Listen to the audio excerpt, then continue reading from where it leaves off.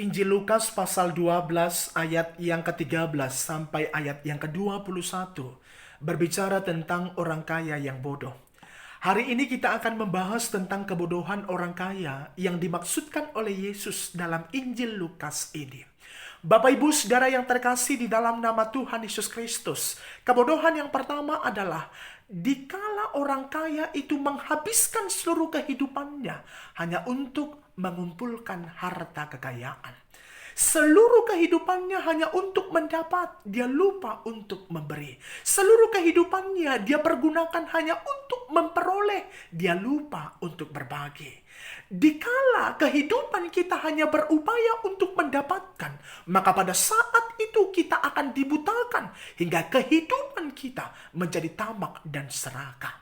Maka itu akan membuat kita terjerumus pada sebuah kebodohan di dalam kehidupan kita, di mana kita mempergunakan hidup kita pada sebuah kesia-siaan. Kebodohan yang kedua yang dinyatakan di dalam nats ini adalah dikala orang kaya itu melihat harta kekayaannya sebagai tuan yang akan mendatangkan ketenteraman, yang akan memberikan kenyamanan pada jiwanya, maka dia berpikir dikala lumbung tempat hartanya itu semakin hari semakin bertambah, maka dia akan merasa tentram, maka dia akan merasa damai. Dia lupa akan tuan dari pemberi harta yang sudah menganugerahkan harta itu di dalam kehidupannya.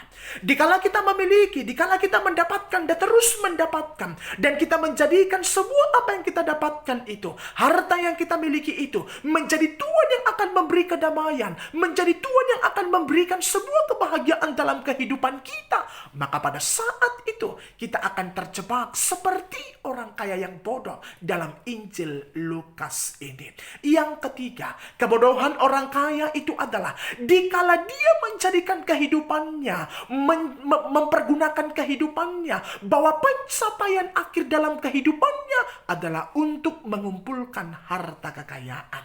Dikala tujuannya hanya untuk mendapatkan, dikala tujuannya hanya untuk menjadi orang kaya, maka pada saat itu dia lupa apa tujuan dan rancangan Allah menempatkan dia ada di tengah-tengah dunia ini, menetapkan dia, memberikan anugerah atas kehidupannya dengan titipan-titipan yang begitu banyak di dalam hidupnya.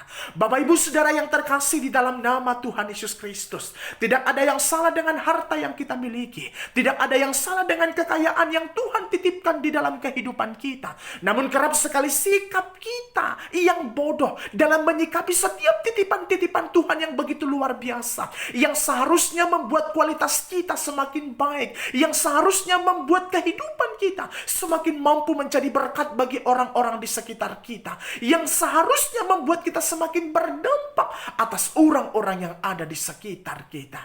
Bapak Ibu Saudara yang terkasih di dalam nama Tuhan Yesus Kristus, orang kaya yang bodoh itu mengakhiri hidupnya dengan sia-sia. Semua yang dikumpulkan, semua yang dia dapatkan, dia tidak dapat nikmati dan tinggal dalam sebuah ketidakbaikan. Hari ini mari kita melihat segala apa yang ada di dalam kehidupan kita sebagai titipan yang Tuhan hadirkan.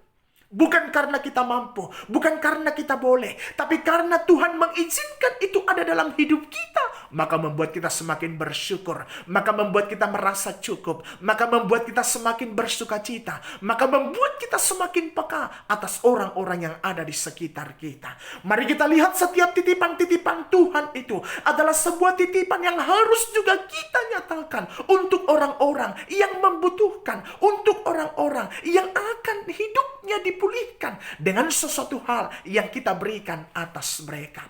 Semoga kita menjadi orang-orang yang bijak dalam kehidupan kita. Semoga kita menyikapi setiap titipan-titipan Tuhan itu dengan baik dalam kehidupan kita. Semoga yang dulunya pencapaian kita hanya ingin menjadi orang kaya, hari ini kita berubah. Kita ingin mencapai kehidupan yang berkenan atas kehendak Tuhan. Kita ingin menjadi berkat bagi kehidupan kita. Kita ingin menjadi pribadi-pribadi yang dapat berbagi dengan orang-orang di sekitar kita. Tidak sekedar mengumpul, tapi tapi juga punya tugas untuk berbagi.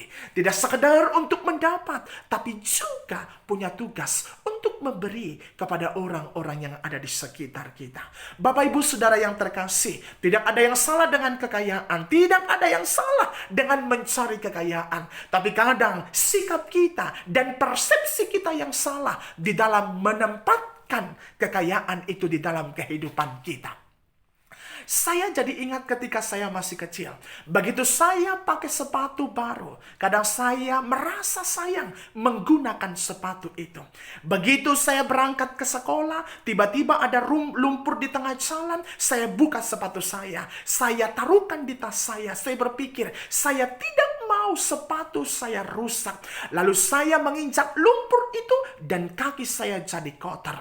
Seharusnya sepatu itu saya pergunakan melindungi kaki saya. Seharusnya sepatu itu saya pakai untuk menjaga kaki saya supaya terlindung dari lumpur, supaya bersih. Itulah kegunaan sepatu. Namun kegunaan sepatu itu saya tidak pergunakan dengan baik. Itu artinya saya bodoh. Bapak Ibu Saudara yang terkasih di dalam nama Tuhan Yesus Kristus, maka hari ini jangan kita menjadi bodoh seperti saya ketika kecil, mempergunakan sepatu bukan pada tempatnya. Seharusnya saya tetap pakai di hujan, di kemarau, di lumpur, di kering. Sepatu tempatnya tetap di kaki. Maka harta kekayaan itu adalah titipan Tuhan. Jangan taruhkan hatimu pada hartamu supaya engkau tidak menjadi budak atasnya. Jangan taruhkan hatimu pada hartamu supaya itu tidak mengikatmu hingga membuatmu menjadi pribadi yang buta di dalam kehidupan ini. Tapi pergunakan hartamu untuk mempermuliakan Tuhan. Pergunakan hartamu untuk membuatmu semakin merasa bersyukur dan semakin mendekat kepada Tuhan, karena Dia adalah Allah yang sudah memberikan harta itu atas kehidupan kita. Pergunakan hartamu untuk melakukan pelayanan di tengah-tengah kehidupanmu, hingga nama Tuhan semakin dipermuliakan dan sukacita surgawi semakin nyata di dalam kehidupan kita. Maka di akhir perjuangan kehidupan kita, kita akan memiliki sebuah kekekalan di dalam hidup kita. Hidup kita tidak sekedar memiliki harta yang sifatnya duniawi, tapi kita juga memiliki harta yang sifatnya surgawi, yang sifatnya kekal. Dari setiap penggunaan dan pengelolaan, dari setiap titipan-titipan yang Tuhan izinkan dalam hidup kita. Tuhan Yesus memberkati. Salam sehat dan bahagia untuk kita semua.